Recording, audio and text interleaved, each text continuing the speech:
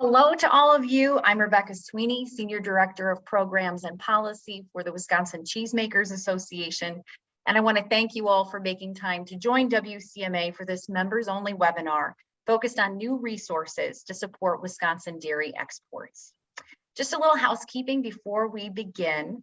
First, my colleague Grace Atherton, Communications Director for WCMA, is joining us today for technical support.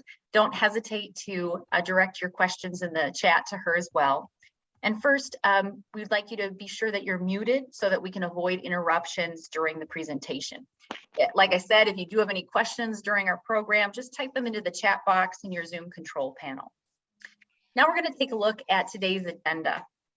We're pleased and proud today to bring you Mark Roeder-Rees, Director of the Export and Business Development Bureau at the Wisconsin Department for Agriculture, Trade, and Consumer Protection, who's going to outline plans for a new 5-year, $5 million Wisconsin initiative for agricultural exports. And Aaron Zitzelberger, Director of Global Trade and Investment for the Wisconsin Economic Development Corporation, will then detail how companies may access up to $25,000 in direct support through the International Market Access Grant Program. And we're going to be sure to make sure there is time for your questions and answers from our guest speakers. But first, let's set the table a little bit to let you know how the Wisconsin Initiative for Agricultural Exports came to be. It was 2 years ago, incredibly, tonight is State of the State address for Governor Tony Evers here in Wisconsin. And 2 years ago in the 2020 State of the State address, the governor first proposed the concept of the Wisconsin Initiative for Dairy Exports. And he initially proposed $1 million to boost dairy exports. Wisconsin Cheesemakers Association was fortunate to gain the support of State Representative Tony Kurtz of Wanawak and State Senator Joan Ballweg, pictured there on your screen, of Markesan, Republicans who agreed to work collaboratively to bring this legislation to life. We were off to a strong and quick start before the pandemic hit, but of course, the focus of lawmakers and of all of us understandably shifted. This concept, though, was not forgotten, and WCMA members and staff continued to meet with lawmakers and testify at the Capitol to try to advance the concept of state support for exports. We brought other agricultural advocates on board and expanded the scope of the program to a 5-year, $5 million endeavor, with half of all funds earmarked for dairy. Our thanks go to our members who came to the Capitol over and over again in many hearings to testify in support of this program. We want you to know that your words carry weight with our elected officials. Ultimately, the bills to create the Wisconsin Initiative on Agricultural Exports were signed into law this past December, a very happy day indeed. And ultimately, the state has now released about $500,000 in startup funding for the program. We believe that additional funding will be released sometime in mid-March. So we continue to work on this program, and it's very exciting to see a bipartisan process, so rare these days, and more so to see this program come to life. For more on its purpose and its structure, it's a true pleasure for me to introduce our first featured speaker. Mark, we want to thank you for joining us today from halfway around the world. Great, thanks a lot, Rebecca. Really appreciate the opportunity. So I'll kick it off here. Department of Agriculture, Trade, and Consumer Protection in the Division of Agricultural Development, and Director for the Export and Business Development Bureau. Why don't we hit the next slide and we'll jump right in. Although sometimes it sticks. We're here. Greetings from Gulf Food. There we go. I'm giving things away, but it might take his screen to update a little bit longer because you're not here in Wisconsin today, are you, Mark? I guess it has to travel. The signal has to travel farther. Maybe that's the problem. So it's yes, I'm in Dubai. We're about 10 hours ahead of you, and here for Gulf Food. It's the largest annual food show in the world, 5,000 exhibitors, and we've got several from Wisconsin. 13 or so dairy cheese companies actually exhibiting here, and On the left, get a view of the folks, some of the folks coming in for that day one of the show, that 5-day show. And then on the right, that's the stand within the USA Pavilion, working with food export and actually some SBA funding that came via WEDC in order to pay for that little patch of earth right there in Dubai. We've got Schulzberg, specialty cheese, Widmer cheese, represented through Blue River Trading. And that's Jack Heineman you see there, who was in one of those earlier pictures in the testimony. And then also Matt Pearson from, the brand is called Milkman, but it's Marin Foods, and interesting milk product, a protein drink, and then a milk product, low-fat powdered milk, which is generating surprisingly a huge amount of interest. But as you see in the hallway there, there's a lot of folks in. This show was a little bit lighter last year just because of all the COVID restrictions in a big way. And as we talk about this, you'll see what that impact is around the world and how that pent-up demand is released and translated into export dollars. So why don't we hit the next slide? And it may take a second or so to get there. And so I'll try to remember where I had the various things in order. You do these and they tend to giving us a good overview of dairy product exports. And there's absolutely great news on this front. It's very exciting to see. There is, we're overall our export dollars are up almost 18%, 3.96. That's a record. Those are real dollars, not inflation adjusted, but still huge number. US is up quite a bit as well, a little over 18%, 207 billion. This is all the agricultural products, so food, forestry, ag products. And dairy, we're up nearly 15% at 471.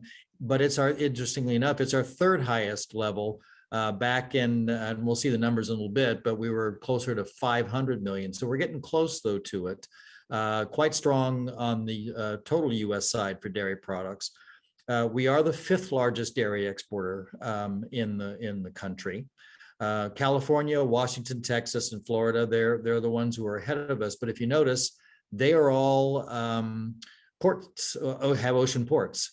And so a lot of product gets shipped into those and then counted as those exports because the product's actually sold to somebody who's located there and they become the exporter, not Wisconsin. So there's likely more dollars that are coming out of those locations. If you look at the top exports in dairy for Wisconsin by product, then you see that by and large we're cheese and curd, and then whey. Those are quite close. They tend to run close to each other, as you see in the graph.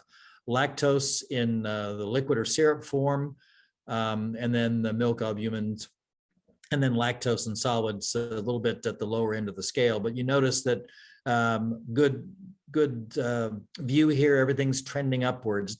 The products make up about 95% of the dairy exports that we see. So in all cases, they're rising up. And that's a good sign. As you notice, they're all in double-digit increases, with the exception of that solid lactose, those milk proteins. But it really is a lot around the whey and cheese that we really take a look at and drive those export volumes.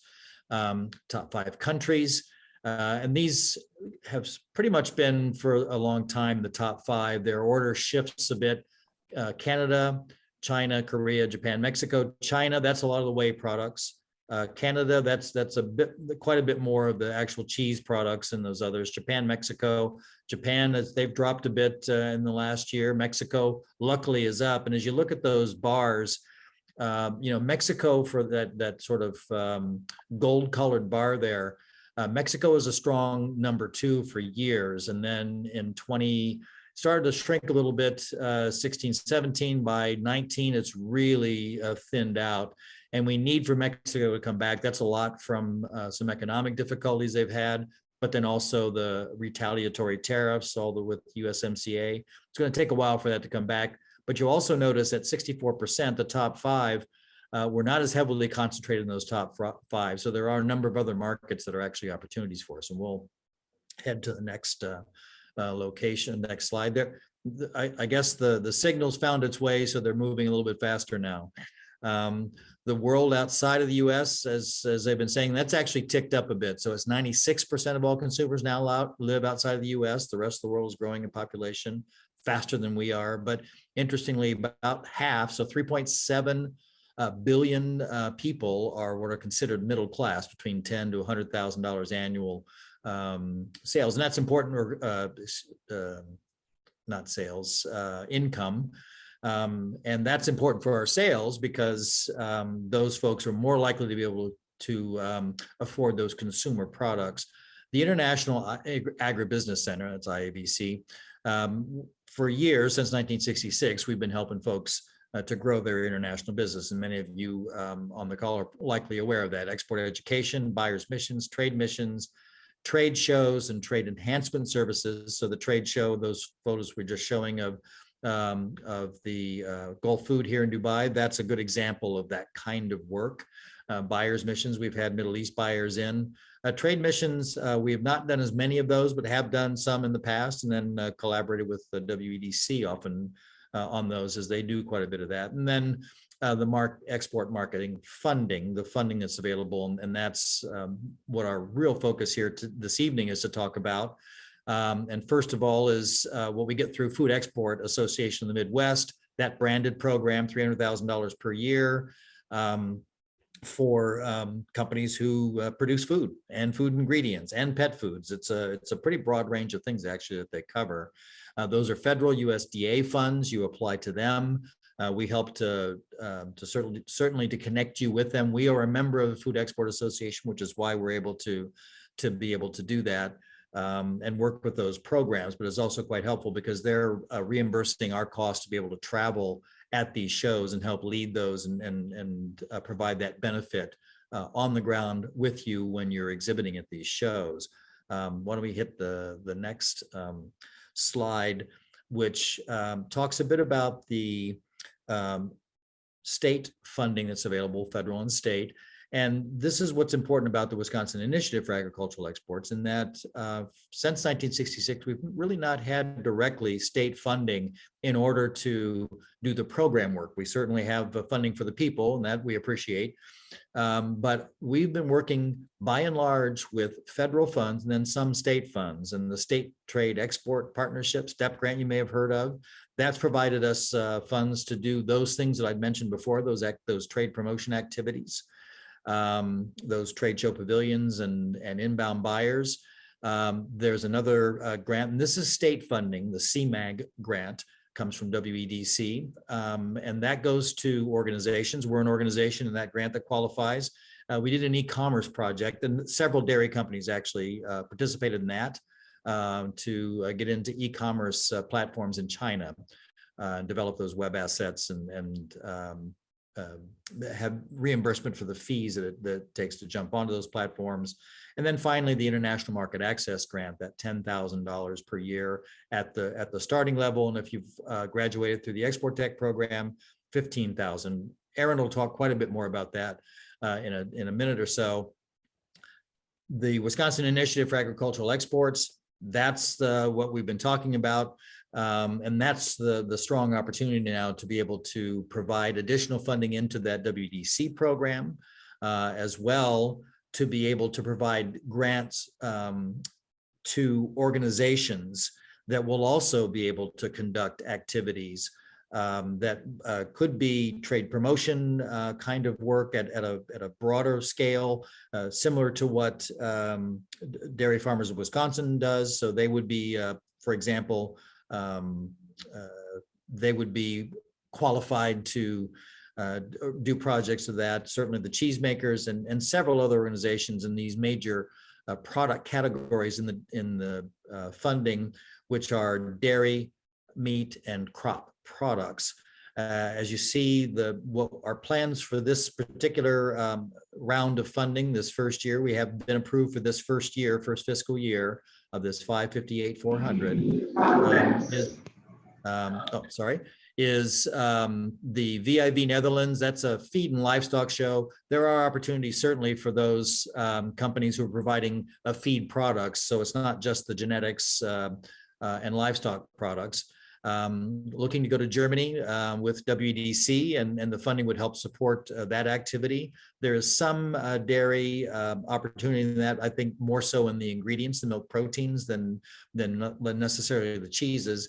And then the inbound international buyers mission, that one quite in the center of dairy products that all of you on the call would be selling to food service and to the retail. And we're looking to meet foreign buyers, whether it's in Georgia or whether it's up in Wisconsin. We'll still work with that. We've just gotten the funding, so we're finalizing the details actually on all of these activities, and there will be more information available and be able to sign up. And that's on the next slide, which certainly to a link to our website, the DATCAP website. Oh, sorry, this is the team.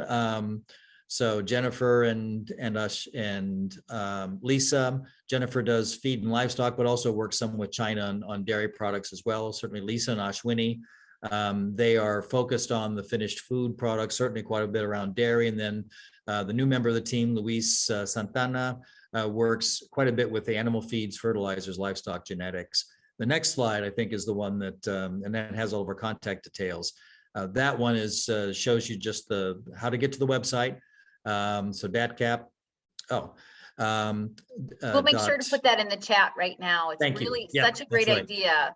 Mark has a newsletter, and you got to treat that like your Bible if you're heading into the export realm and you're just getting started. So we're going to put that in the chat right now, Mark. Great, thanks. Yeah, I know we talked about that just as we were getting started. So, and that datcap.wi.gov gets you there to begin with, but we can vector you in a bit closer to the actual page there on the Wisconsin Initiative for Agricultural Exports. And then you'd be able to sign up for that that e-newsletter, the emails that would come out to get you updated as we finalize a lot of these details of those things that you're interested in. Of course, you can contact any one of the team. When you contact one of us, you're talking to all of us. So we'll send you back over to Aaron Zitzelberger, WEDC. You know, I just want to say thank you so much, Mark. I sort of started off by explaining the effort on the legislative side that goes into trying to make a program come to life. And everybody heard that it was a 2-year process, really, maybe delayed somewhat by the pandemic, but not dissimilarly is the amount of effort that goes into creating a program and standing it up on the agency side. And I just want to compliment and thank you for your collaborative effort. And for, you know, he's a true believer, right? He's out there trying to promote Wisconsin dairy because he loves it, and he knows that we have to move towards export if our industry is to grow. And so I just want to thank you for that initial sort of insight into what your plans are. It's exciting that the state will finally be able to go some different places and represent in new ways, engage with buyers as well. And now I think the moment that a lot of folks on the line have been waiting for is really, how do I get grants myself, right? How can my business get engaged and have a little bit of backing to do that, because it's an expensive endeavor and sometimes it can feel a little overwhelming if you're not already exporting, to know where to even start. So we're really fortunate today to have Aaron Zitzelsberger from the Wisconsin Economic Development Corporation joining us today to talk a little bit more about the international market access grants. There Aaron, we go. thanks so much for joining us. Thanks, Rebecca. It's a real pleasure to be here, joining all of you. Always fun to have an opportunity to present with my friend Mark. Unlike Mark, I'm not fortunate to be in the warm, sunny climates of Dubai right now. I'm with you all here in the cold and the snow yet. So, wanted to talk to you a little bit about today our International Market Access Grant, as Mark mentioned in his presentation with regard to the Wisconsin Initiative for Agriculture Exports, and what WEDC has done for a significant amount of time provide funding for companies looking to move forward with an international export strategy. So I'm going to talk to you a little bit about that today. I guess I would kick off by saying we always have a limited amount of time when we want to talk about this. And so I will just start by saying right away at the beginning, my contact information is here. I'm also going to add my colleague Katie Udek's contact information. When we finish up here today, please feel free to reach out to us with any questions that you have. If this sounds like something that maybe you would be interested in pursuing, we can certainly set up some time to talk individually, either with me or with Katie, and we can walk forward from there. Sorry, and my computer is just giving me a little grief. There we go. So, as we all know, companies that want to grow, they know they need to export, but navigating the global marketplace, it requires a lot of specialized knowledge and a good strategy based on proven best practices. And WEDC is here to assist you in every way that we can. Our global trade and investment team within WEDC is always at your disposal, and we welcome you to reach out to seek that assistance. Our global business development program helps companies lay the foundation for their new export strategy or building on an existing export strategy. So within that is our international market access grant and what you have right here. So Wisconsin companies through the IMAG can be reimbursed for specific expenses associated with an export project that's going to help grow their presence in an international market.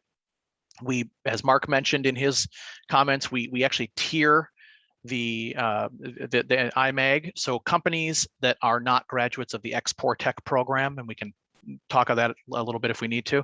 Companies that are not graduates of the Export Tech program are eligible for grants of up to $10,000 per year, one per year, up to 3 grants throughout the lifetime of the company.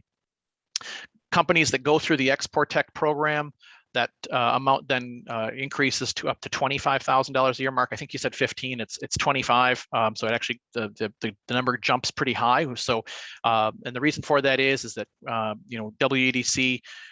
We've seen the impact that the Export Tech program has.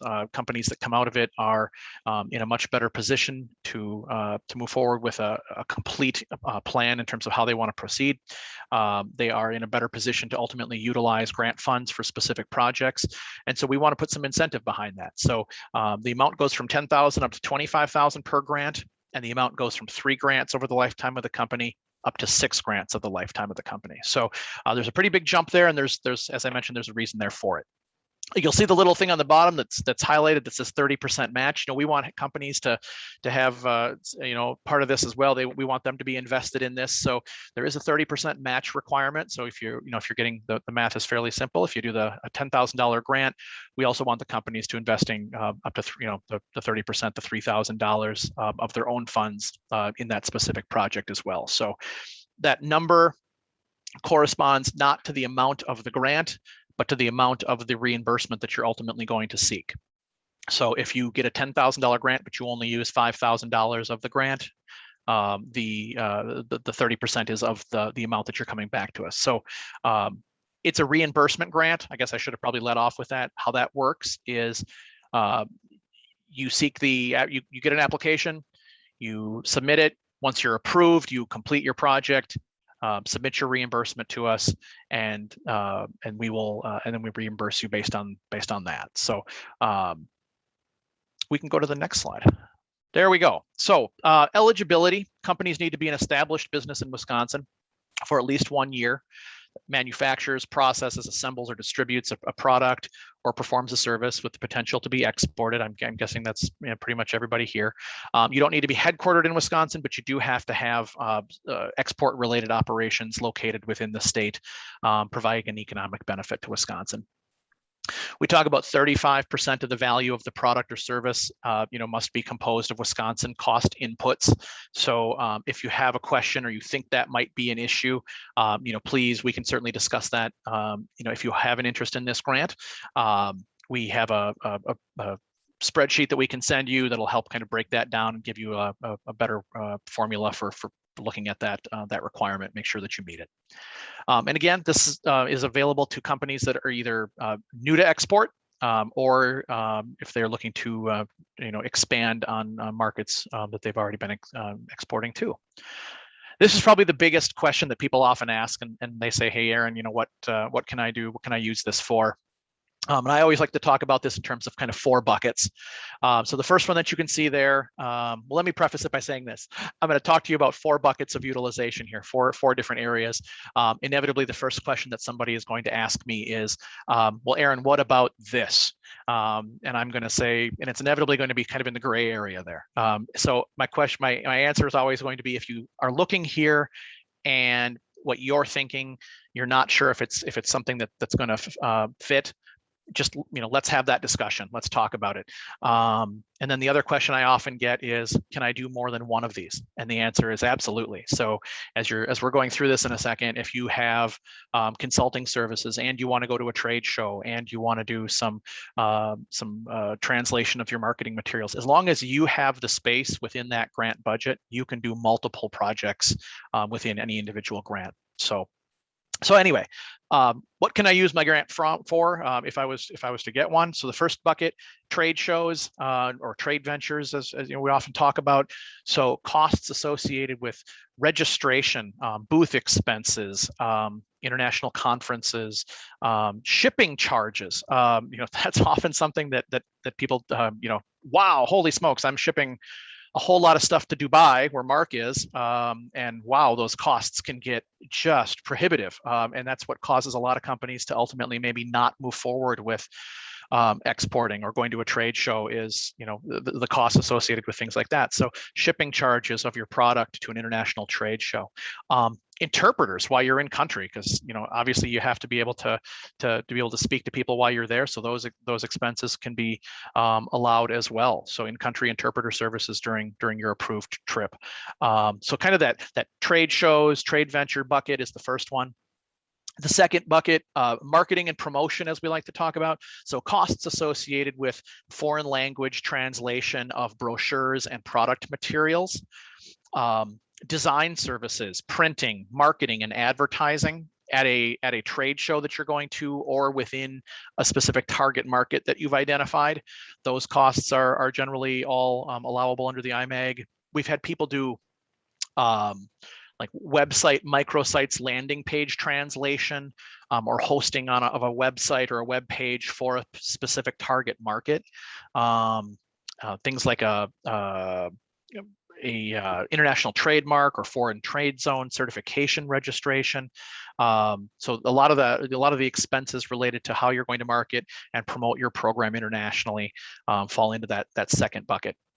The third one is consulting services. So WEDC has trade representatives, in any given year between about 85 and 95 countries and territories around the world. You are not obligated to use those trade reps, but they're certainly there and they're at your disposal. So if you want to do a market assessment in a particular market to see if it's something that's going to be suitable for your product, a partner search, or some other kind of customized project, or maybe you just have certain questions, it could be pretty much anything. We have trade reps that you can certainly reach out to, and the International Market Access Grant can help you with any of the costs associated with those projects. There are things like the U.S. Department of Commercial Service, their Gold Key program. So if you're looking to utilize that, if you are looking to if you have consulting fees, services for, if you're looking to get a CE or UL or CCC mark certification, I feel like there's always a million different certifications and different things that people need to get. But if you're needing to do that and you have legal costs or other kind of consulting costs associated with that, the IMAG is allowable for that as well. Trademark registration in foreign countries, things like that fall into that consulting service bucket. And then the fourth bucket is really that export education bucket. So cultural competency, if you're looking to just be more familiar with the markets that you are looking to export to, foreign language, export related conferences, seminars, meetings, webinars, those services. Maybe you're looking to do something along the lines of well, my mind just went a little bit blank, but anything that's going to kind of put you in a better position as you look to move forward with your international export strategy. So those are kind of the four buckets. There are certain things that are not allowable. The list that you see over on the right there is by no means exhaustive, but there are things that we don't allow for. The first one that you'll see, and I'm going to start from the very bottom and go up. The first one is transportation and lodging. Unfortunately, the grant can't be used for transportation and lodging, and I would say there's a lot of reasons why that's the case. But suffice to say, that's not something that the grant can be used for. The good thing is, though, costs associated with transportation and lodging can be applied towards your match. So that 30% match requirement that we talked about a couple of slides ago, if you're going to a trade show and you get a $10,000 grant, the cost of your transportation, your flight, and lodging, you can apply that towards your match. And then there's other things you'll see here: meals, gifts, things like warehouse space, visas, passport costs, stuff like that are generally not allowable.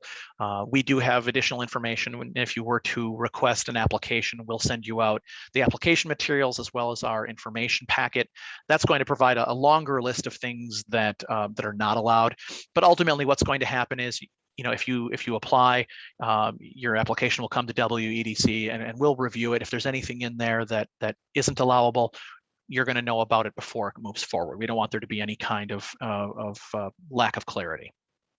Oh, Next. Aaron, you knew that this was going to get people thinking, right? All of a sudden, I have a bunch of questions coming to me in the chat. So we'll get to those great. questions in just a second, but let's continue forward with Aaron's presentation. Just want everyone to know I'm getting them. Yeah, no, that's great. I like when people start asking questions. The wheels are turning. This is great. And if I always tell, if we don't have the answer for something today, because sometimes somebody says, hey, what about this project? And like I said before, it's kind of falls into that area of, I know we've never been asked that before. Well, then we'll find out. And we can always talk more offline. So as I mentioned earlier, the process is, if you're looking to apply, let me know. I'm going to connect you with my colleague, Katie Udek. She's going to email you a link to a set of application materials. They're very straightforward. I've spent a good portion of my life writing grant proposals. I can say with some level of certainty, it's not a painful application to fill out. Some financial information, contact information, and then, like I said, there's that information on eligibility and things like that. It's going to ask you to provide a narrative of what you're going to do. Tell us a little bit about how you're going to utilize the funds and which international markets. Submit that to us. We're going to look at it and try to make sure that we get everything covered on the front end to try to speed things up as fast as we can before it goes on to our underwriting department. So if we see any kind of red flags, it doesn't mean it's not going to go through. It might just mean that something that we want to make sure that we can explain on the front end. So depending on, if it's a financial situation or just something that we notice, we might come back to you and ask for some more information. From there, it goes on to our underwriting department. They're going to do their due diligence for the state. They're going to look at financial stuff. They're going to look at, make sure the T's are crossed, the I's are dotted. Is the company registered with the state of Wisconsin? Do they meet the eligibility criteria? Et cetera, et cetera. From there, it's going to go to our legal department, who's going to write the contract agreement, the grant agreement. It'll go through a couple committees here at WEDC. You complete your project at that point once it's been approved. I will say this again, and I'm just going to pause right now and say, if you do an IMAG, wait until you get your grant approved before incurring any expenses. We absolutely cannot ever reimburse for expenses incurred prior to a grant being made. And I say that, and I say it with emphasis, because I never want anybody to come back and say, hey, Aaron, here's my receipts for $10,000 worth of something. And I have to say, I can't reimburse it. I would never want that to happen. It's never happened that I can recall. I just don't want it to happen. So wait till your grant gets approved. Go out and finish your project, and then submit your expenses, and WEDC will reimburse you. So just to say that really clearly, right, Aaron? So people can go out and they can sort of figure out what something might cost so that they can apply for the grant. Yeah. But they should never enter into an agreement or receive an invoice prior to being approved for the grant. Is that accurate? That's correct. Yeah, we want you to, I mean, you have to kind of ask somebody, you're going to have to find out what a scope of What work does it is, cost? or, what's this going to cost me to go to a trade show, or if I want to have my website translated into Chinese or something else. You want to do that, find out what things are going to cost. Just don't incur the expenses prior to getting approved. And we'll make sure that things run smoothly for you if that's the case. So one thing I did want to mention is, and this is kind of a COVID related change that we made. We certainly understand, especially small business, medium business, we don't want you to be without funds for any kind of extended length of time. A company being out $5,000-$10,000, that's a lot of money, and we recognize that. So we used to require we used to require one reimbursement, only one. At the very end, complete your project, submit the documents to us. I think that was a change that I've really felt strong that we make.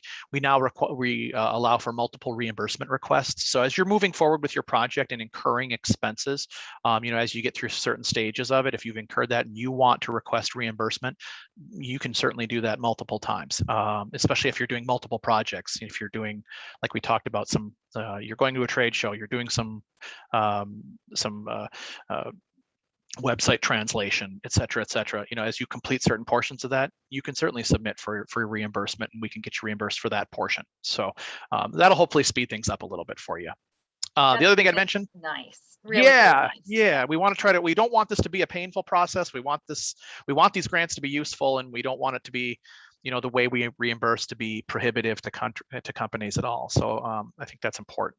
The other thing I would mention as we get into questions is people will say, well, how long does this take? I have a trade show next week I want to go to. Unfortunately, you're going to have to give it a little more time than that. We generally like to say 6 to 8 weeks from the time that we get your application to the time that we know it'll be approved.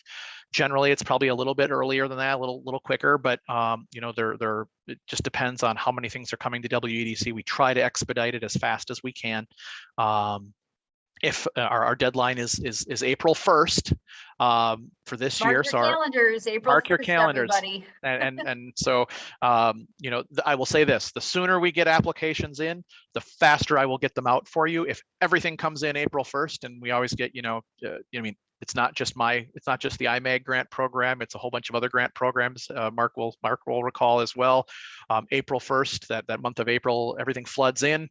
And then inevitably there ends up being a bit of a backlog because underwriting's working as fast as they can, but they can only do so much. So sooner it gets in, the better. Every year, we will open up our window late August, early part of September.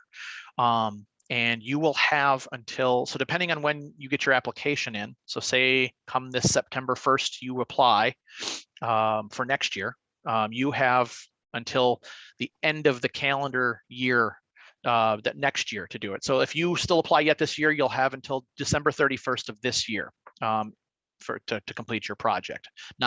So if you apply before April 1st, you still have until the end of this year, the end of 2022 to complete your project. So you still have quite a bit of time.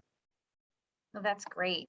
Good information. And you're already sort of anticipating some of the questions that are coming in. So this isn't your first rodeo, we can tell.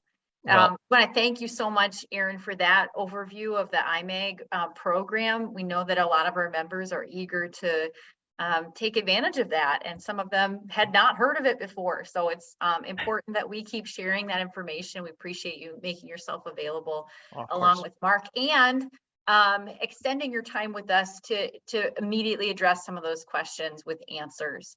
We're going to start with questions that were posed via email in advance. And then we will go to the questions from the chat. So I think this first question might be best directed to Mark. I hate to put you on the spot there. and I guess get your crystal ball out, because where in the world do you think we'll see the most export growth for dairy in the next decade? What are you feeling right now, Mark? What are you seeing in trends? Great question. And yeah, that's, Dubai's this big market. A souk is a market, so they have a souk for everything, spices. So I went to the Crystal Ball souk, luckily, and I have one here. So and I'll start off with, we're excited. We're happy about the fact that we had this strong growth.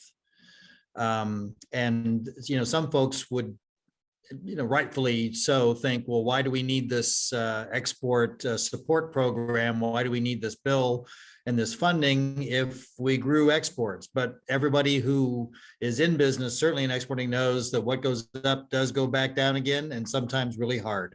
We have hundreds of millions of dollars of swing from up to down in our exports from year to year.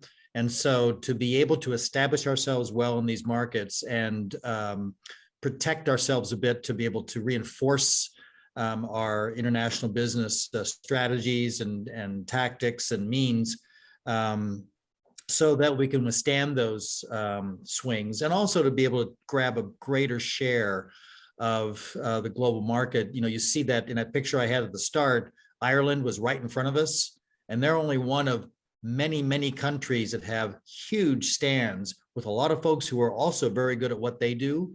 And so to be able to make sure that we have our fair share and maybe a bit larger piece of that global pie and that opportunity, then that funding is really important for us to establish ourselves well. Where do we think we're going to grow? Well, we're in Dubai for a good reason. The Middle East is certainly a strong market. Northern Africa, some of those parts. So a lot of the work we're doing in Dubai, but also in our top 5 markets. So if you look at, Canada is not going to grow a huge amount, but it's not going to shrink that much either by what we're seeing. Yes, we want the USMCA and for them to do a little bit better job in their tariff rate quotas so that we can get more of our product and allow us to get more in front of the retailers and distributors as opposed to the producers, which is what the current struggle with Canada is, that's moving through that USMCA process. But also Korea and Japan. China certainly is still quite strong, not only in whey and products that are swine herd. Now that's recovering, we're selling quite a bit too, but also cheese products, which are not as common in that diet in the last several decades, but more recently becoming much more so common throughout the Asian diets. So we see a lot happening in Asia. We see a lot happening in the Middle East, a fair bit still in Latin America as those areas start to improve. Certainly Mexico, we're looking forward to that returning. So those are a lot of the areas. The one areas you noticed that I didn't really talk much about was Europe. Not to say there is zero, there's quite a bit of opportunity still, but the growth markets seem to be in those areas that we focus a lot of our activities. All right. Well, good. So we've got some targets, that's for sure. And exciting to see where things will go. Another kind of projection question here. We see it in the news all the time, so I'm not surprised that this question came up, right? Anybody who's watching the 5 or 6 or 10 o'clock news, supply chain.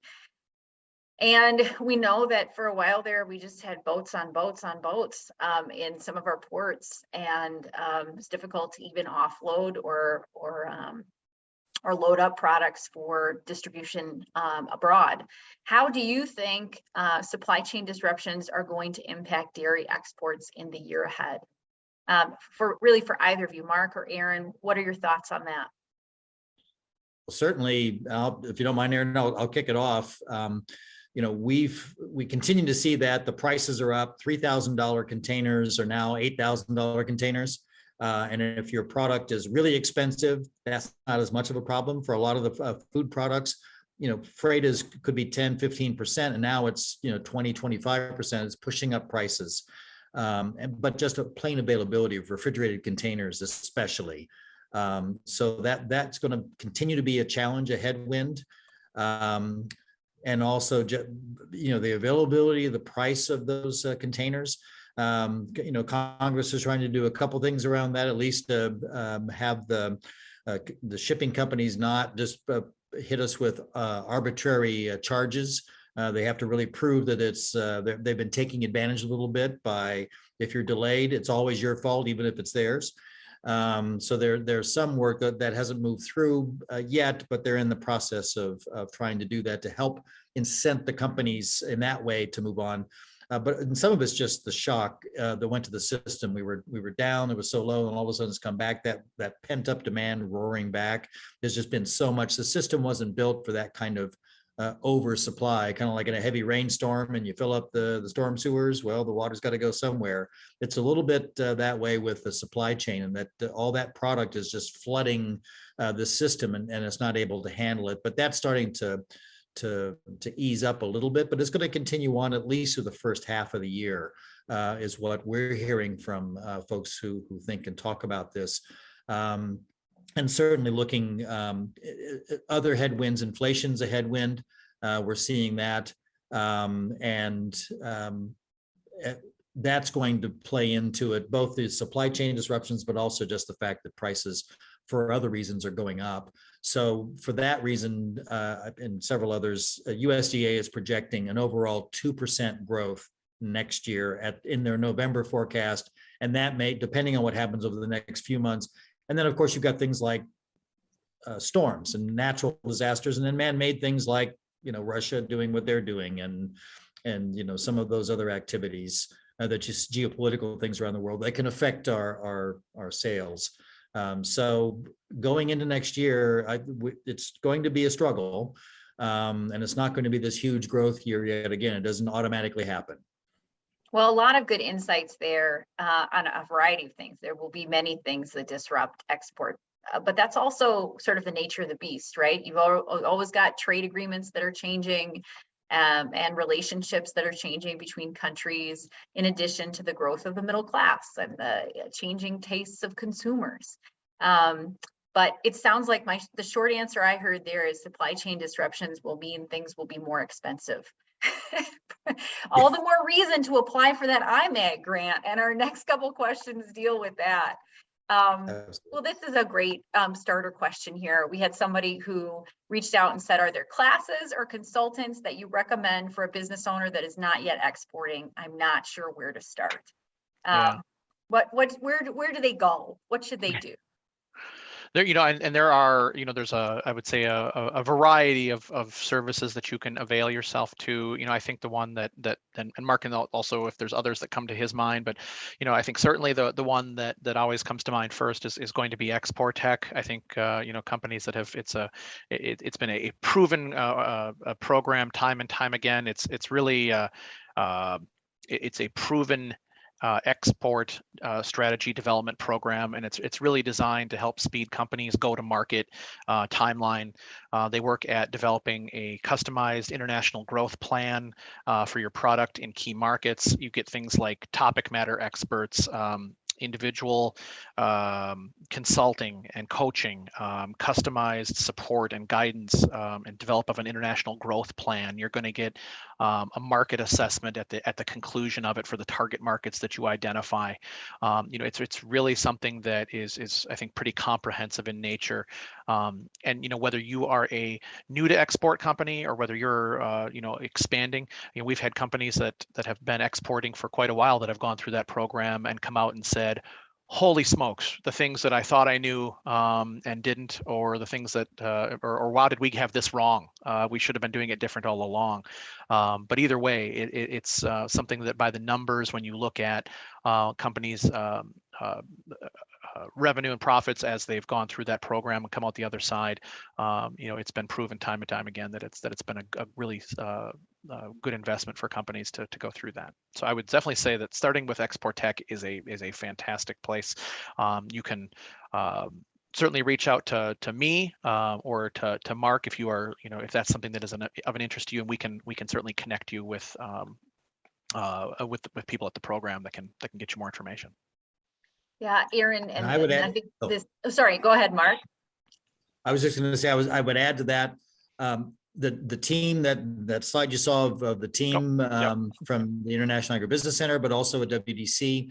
Some of what we do is to help connect people with those resources and understand once we know your business, to be able to direct you to those. We know a lot of folks. You tap our Know Who network to be able to connect with those resources. Also, we're talking with the folks at the small business development centers and perhaps leveraging some of that expertise, especially for those very new, those just beginning exporters. There's quite a bit of resource as well that's available both from USDA and their websites, Foreign Agricultural Service, as well as the U.S. Commercial Service, Export 101. Yeah. So we can, that's part of the work we do, a bit like a Sherpa, climbing up that Mount Everest, it feels like sometimes of getting into exporting, but it actually is, it takes work, but it's actually not as hard and as daunting as it may seem at the start. So great to have wonderful resources like that. This is a very similar question. How involved is that Export Tech course, and can it be taken virtually? And it is a virtual course. And we know that it's 12 weeks. Do either of you want to speak to how involved we're talking here? I think that it's quite comprehensive in terms of curriculum. It is. I'll kick it off real quick, but it's 3 8-hour sessions. Rough used to be 3-hour sessions when it was in person. People would all get together. Roxanne Bauman certainly has been running those virtually, although I think they're looking to try to get back in person perhaps at some point, but also on the eastern side of the state, the Manufacturing Outreach Center. Their most recent one was in person. There's some homework in between. So over those, it's one session a month for 3 months, and then there's homework in between, but it is the most important time you will spend and the best money that you will spend in order to make sure that you find the best fit markets. You're going to the right place for the right reasons. And everybody who does that moves further, faster. Aaron, I'm trying to remember the number that they're quoting now. It's an average of it around $1 million or so. $900,000. Yep. 900,000. That boggles the mind, right? Right. It's 6 to 9 months after you complete the program. Graduates are averaging $900,000 in increased sales. So I don't know, if I was open to exporting, I think I'd get myself a seat in that class.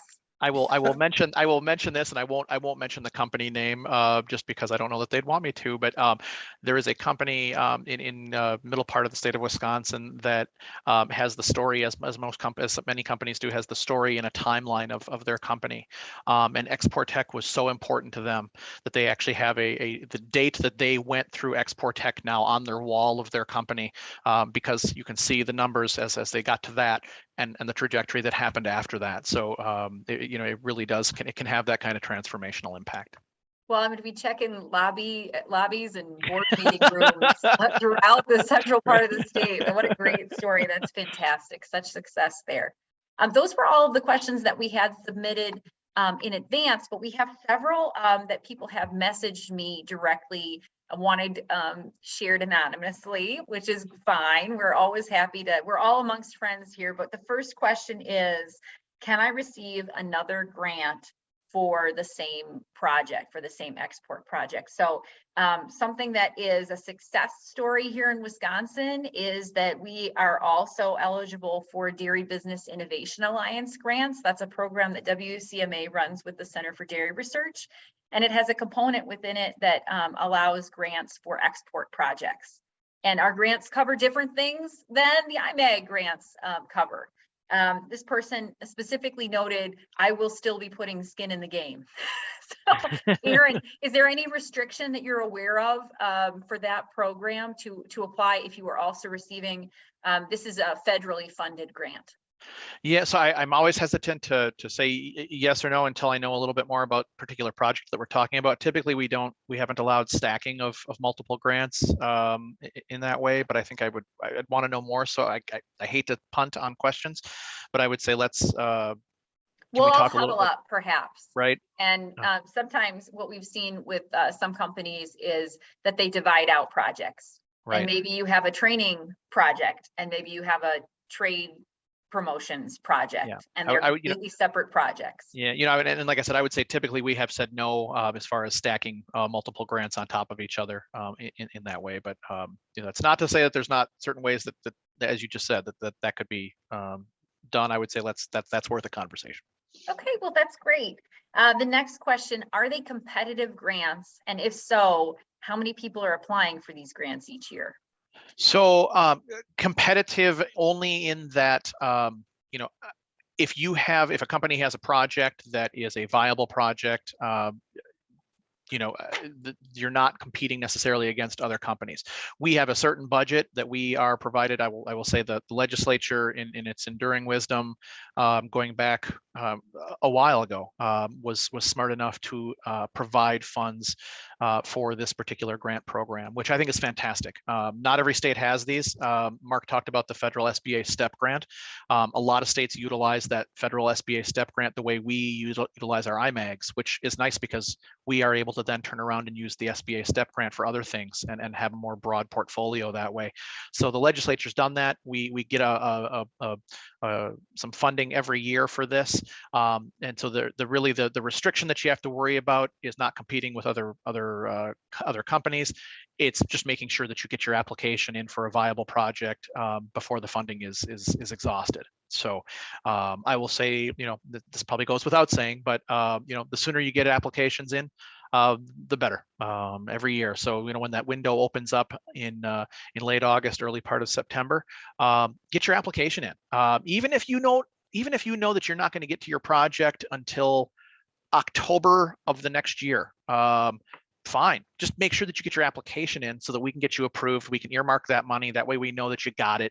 Don't wait. It's not an involved application process, as I mentioned. It's not terrible. It's worth doing as quick as we can.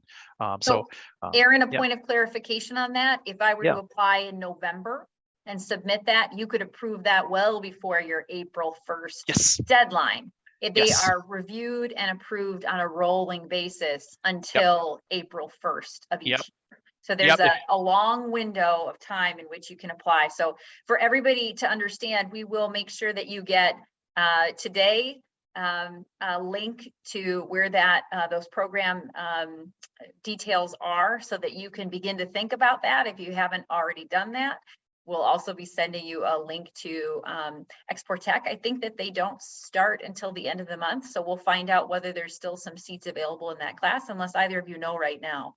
The 28th is the one that kicks off for Roxanne. Last time I checked, I believe the deadline may have come and gone, or maybe it's this Friday. So if you are interested, there's probably going to have to be some. We're cutting it close. Some boogie in, but and then I don't know for MOC. Actually, I don't have that off the top of my head. I know it's scheduled though. Terrific. Well, we'll get that information around to everybody. Time for just one final question on this front, and it is, how much money is available total for IMAG grants? And this is maybe a sticky question, right? Because I can speak on the legislative side. We're still working this thing. In fact, literally today, the state Senate was voting on something we call in the biz a trailer bill that would provide another $400,000 plus for the first year of the Wisconsin Initiative on Agricultural Exports. And a lot of that is money that would be directed to dairy endeavors. So I think that it's fair to say that should that bill become law as well, you could have at least $200,000 more for IMAG grants. Would you agree with that, Mark?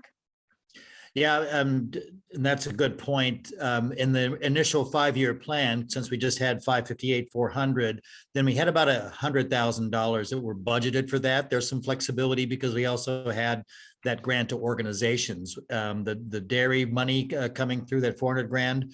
Then that would make roughly $100,000 available in IMAG. So that's why there's a bit of urgency. The program's been around for a long time, and it's nothing secret. It's in the budget, which you can go on WDC's website and see. I think that program, Aaron, isn't that around $1 million that the program gets roughly? About 1.2 million. 1.2. Oh, okay. So what the WIAE, this Wisconsin Initiative for Agricultural Exports, is doing is topping that up specifically for food, forestry, and agricultural products. But here's the fun part: we need to make sure that that's committed, contracted by that April, or not contracted, but at least applied for by that April 1st date, so that we have the monies encumbered during this fiscal year, move it or lose it kind of thing. So if we don't apply it, then we're not able to use it. It doesn't carry forward. necessarily when that additional 400 would potentially come through, and that, as you mentioned, Rebecca, that trailer bill. So there's certainly a good amount there. We want to make sure that we utilize that as best we can, because those are our tax dollars. We want to put them at work to grow your business, to grow the economy, to grow employment in Wisconsin. So we need to do it. So in short, get yourself applied for a grant, whether you've been through Expert Tech or not, because there are a lot of dollars available for these endeavors that have not been available before. And when you're, handing out grants of $10,000 to $25,000, those dollars stretch a long way.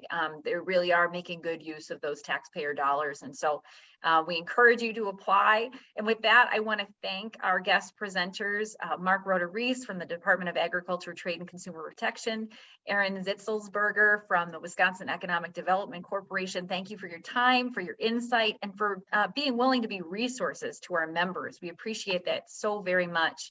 And as we draw to a close here, I just want to invite all of our members to join WCMA again for our next members only webinar. This will be coming up on March 15th. Again, same time, same bat channel, 1 to 2 o'clock in the afternoon. And this time we'll be taking a look at industry training resources coast to coast, beyond the borders of Wisconsin, what's available to you and to your valuable workforce. Thank you so much for joining us today. Have a great one.